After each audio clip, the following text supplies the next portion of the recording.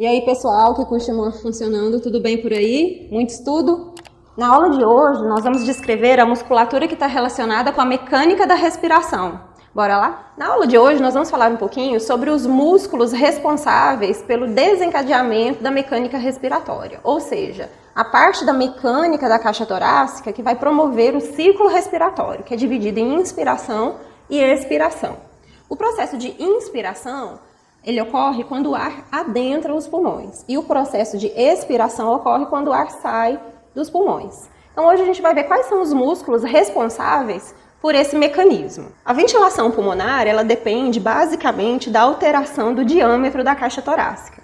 Na aula sobre pulmões e pleuras, nós vimos que os pulmões estão indiretamente aderidos à caixa torácica por meio do líquido pleural. E sempre que a caixa torácica se expande ou retrai, o pulmão também vai se expandir ou retrair de acordo com esses movimentos da caixa torácica. Esses movimentos da caixa torácica é o que a gente conhece como mecânica da respiração. A mecânica da respiração, ela segue basicamente uma lei da química, que é a lei de Boyle-Mariotti. Nessa lei, a pressão ela é inversamente proporcional à alteração do diâmetro ou do volume de um recipiente. No nosso caso aqui, a pressão é a pressão pulmonar e a pressão atmosférica, né, e o volume ou o diâmetro é o volume ou o diâmetro da caixa torácica ou dos compartimentos pulmonares. Então, de acordo com essa lei, todas as vezes que o diâmetro da cavidade torácica aumenta também o diâmetro pulmonar, já que ele está aderido à cavidade torácica. Então, aumentando o diâmetro do pulmão, a gente reduz a pressão no interior pulmonar e aí a gente gera diferença de pressão com relação à atmosfera. Então, eu reduzo a pressão no interior do pulmão, o ar vai deslocar sempre do local de maior pressão para o de menor pressão. Então, eu gero fluxo aéreo. E nesse momento, a gente inicia a inspiração. Então, o ar adentra o pulmão, passando da atmosfera para o interior pulmonar. Inversamente, quando a gente reduz o diâmetro da cavidade torácica, o diâmetro pulmonar também é reduzido e, de acordo com a lei de Boyle, quando a gente diminui o diâmetro, a pressão aumenta. E aí, dessa forma, a gente gera um outro gradiente de pressão inverso agora. Então, o ar agora tende a sair do local de maior pressão, que é no interior do pulmão, para a atmosfera, que está com o local de menor pressão nesse momento. Então, agora a gente gera fluxo do interior do pulmão para fora do pulmão, o que a gente conhece como expiração. Então, resumidamente, nós vimos que é só alterar o diâmetro da caixa torácica para gerar diferença de pressão dentro dos pulmões em relação à atmosfera e iniciar o ciclo respiratório. Então, basicamente, a gente precisa de estruturas que realizem essa função de alterar esse diâmetro. E essas estruturas são músculos esqueléticos relacionados com o tórax. Esses músculos são conhecidos como músculos da respiração, mas nós vamos ver que existem outros músculos que também estão relacionados com a respiração e que não pertencem essencialmente ao tórax. Então, antes de começar a falar de cada músculo relacionado com o ciclo respiratório, vamos lembrar que o ciclo respiratório é dividido em inspiração, quando o ar entra nos pulmões, e expiração, que é quando o ar sai. Basicamente, a inspiração é um processo ativo, ou seja, ela depende da contração da musculatura inspiratória. Já a expiração é um processo passivo e depende apenas do relaxamento da musculatura inspiratória que se contraiu durante a inspiração. Então, antes de falar da musculatura específica de cada processo da respiração, vamos lembrar que a respiração é cíclica, ou seja, ela é dividida em inspiração e expiração. A inspiração e a expiração, ela pode acontecer de duas formas. A respiração em repouso, que é quando a gente está no nosso dia a dia, sem fazer muita atividade, Ou então, a respiração de esforço, que é durante a atividade física ou durante processos patológicos, onde a gente precisa lançar mão de outras musculaturas para que a gente aumente ainda mais o diâmetro da caixa torácica ou force a redução desse diâmetro para que a respiração aconteça de forma mais efetiva. Bom, pessoal, então primeiramente vamos falar sobre a respiração em repouso, também conhecida como respiração basal ou respiração tranquila. Para que a inspiração aconteça, ou seja, aumente o diâmetro da cavidade torácica, nós precisamos que dois conjuntos de músculos se contraiam. O principal deles é o músculo diafragma, esse grande músculo em forma de cúpula que separa a cavidade torácica da cavidade abdominal. Então, quando o diafragma se contrai, as suas cúpulas descem, aumentando o diâmetro crânio-caudal da cavidade torácica. E o próximo conjunto responsável pela inspiração tranquila, o próximo conjunto de músculos, são os músculos intercostais externos. Esses músculos estão revestindo os espaços intercostais, que são os espaços entre as costelas, desde o tubérculo das costelas posteriormente até a junção entre as costelas e as suas cartilagens costais. Então vejam que eles seguem de maneira oblíqua lá nos espaços intercostais, preenchendo esses espaços, e ao se contrair, eles elevam as costelas lateralmente e superiormente, promovendo então o aumento do diâmetro látero-lateral do tórax. Então dessa forma, o diafragma aumenta o diâmetro antero-superior e os intercostais externos o diâmetro látero-lateral.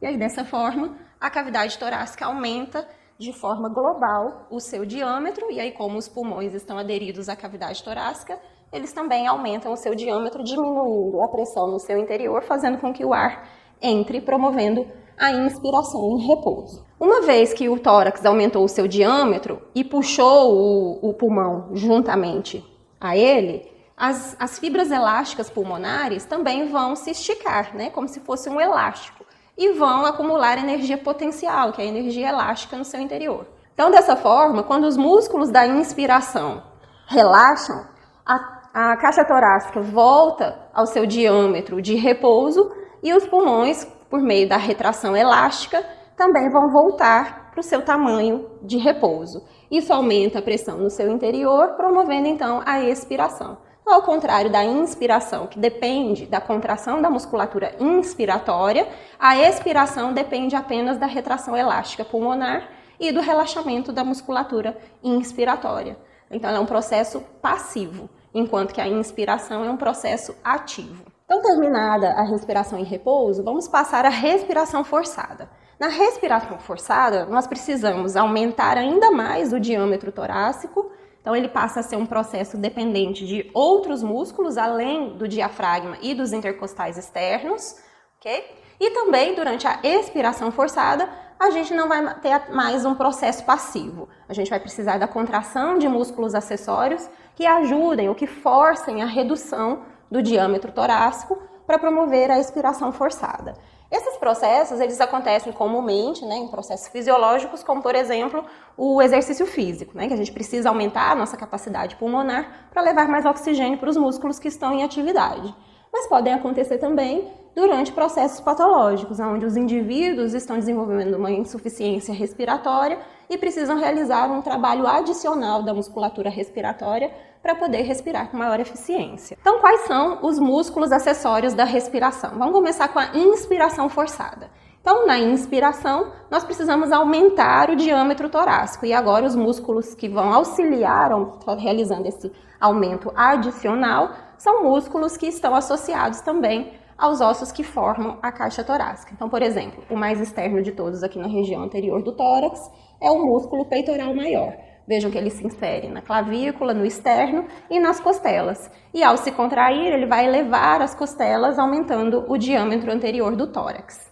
Outro músculo, ele está profundo ao peitoral maior. Quando a gente retira o peitoral maior, como a gente está vendo do lado de cá, a gente observa esse outro músculo, que é o músculo peitoral menor. Veja que ele também se insere nas costelas. E quando se contrai, eleva as costelas, aumentando também o diâmetro antero-posterior do tórax. Então, ele também é um músculo acessório da respiração, mais especificamente da inspiração. Nós temos músculos aqui na região do pescoço também, como, por exemplo, o músculo esternocleidomastoide, né? Ele se insere no externo e na clavícula, e também, ao se contrair, vai elevar esses ossos, promovendo o aumento do diâmetro crânio-caudal do tórax. Temos também 3 músculos nessa região lateral do pescoço, que são os músculos escalenos. Eles se inserem nas costelas superiores e também aumentam o diâmetro crânio-caudal do tórax, né, elevando essas costelas. E por fim, então, olha só, voltamos aqui para a nossa parede anterior do tórax. Nós temos esse outro músculo que é bem importante também para aumentar o diâmetro torácico. Ele está inserido mais lateralmente nas costelas mais inferiores. Esse é o serrátil anterior. E ao se contrair, ele aumenta o diâmetro látero-lateral do tórax, auxiliando também na inspiração forçada. Então, terminada a inspiração forçada, vamos à expiração forçada. Então, como eu falei para vocês, agora a expiração deixa de ser um processo passivo e se torna um processo ativo, ou seja, vai depender da contração da musculatura acessória da respiração.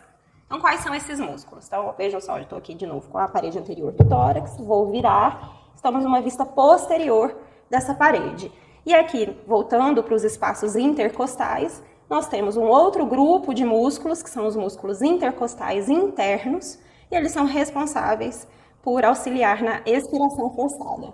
Inclusive, em patologias onde os indivíduos estão desenvolvendo insuficiência respiratória, a gente observa o afundamento desses espaços intercostais por conta do esforço respiratório realizado durante a expiração.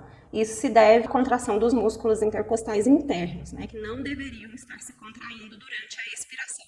Porém, devido ao esforço respiratório, desenvolve esses movimentos que são denominados de tiragem costal, que mostra que o indivíduo está realizando um esforço expiratório demasiado. Então vejam só que a gente tem esses músculos, que são os músculos transversos do tórax. Vejam que eles também se inserem, né, nesses ossos relacionados ao tórax e ao se contrair vão aumentar o diâmetro torácico. Agora, durante a expiração forçada, a musculatura abdominal vai exercer um papel muito importante nessa função. Então aqui nós temos anteriormente, nessa região relacionada à linha alba, nós temos um par de músculos que é denominado de músculo reto abdominal. Lateralmente ao reto abdominal, nós temos o músculo oblíquo externo, que tem essas fibras nessa direção mais oblíqua, como se a gente estivesse colocando as mãos no bolso. Quando a gente retira o músculo oblíquo externo, a gente vai visualizar o oblíquo interno. Nessa peça ele não está representado, mas nessa outra aqui, nós temos, olha só, do lado de cá o oblíquo externo e do lado de cá o oblíquo interno, cujas as fibras são oblíquas também, porém na direção contrária do oblíquo externo. Ele está profundo ao oblíquo externo, por isso músculo oblíquo interno do abdômen. Ao retirar o oblíquo interno do abdômen, a gente visualiza o último músculo dessa região lateral do abdômen, cujas fibras estão dispostas no plano transverso. Esse é o músculo transverso do abdômen. Então, nessa região lateral, nós temos 3 músculos dispostos em camadas: o oblíquo externo, o oblíquo interno e transverso do abdômen. Todos esses músculos, ao se contrair, vão aumentar a pressão intra-abdominal. Isso força as vísceras abdominais para a parte mais superior do abdômen. E aí, se vocês lembrarem, nós temos o diafragma nessa região entre o abdômen e o tórax. Quando as vísceras abdominais sobem, elas empurram as cúpulas do diafragma para cima, o que diminui o diâmetro torácico, aumentando a pressão dentro dos pulmões, forçando a expiração. É isso aí, pessoal. Terminamos mais uma aula. Espero que vocês tenham curtido. Não se esqueçam de se inscrever no canal, ativar o sininho, porque ainda vem muita coisa boa por aí.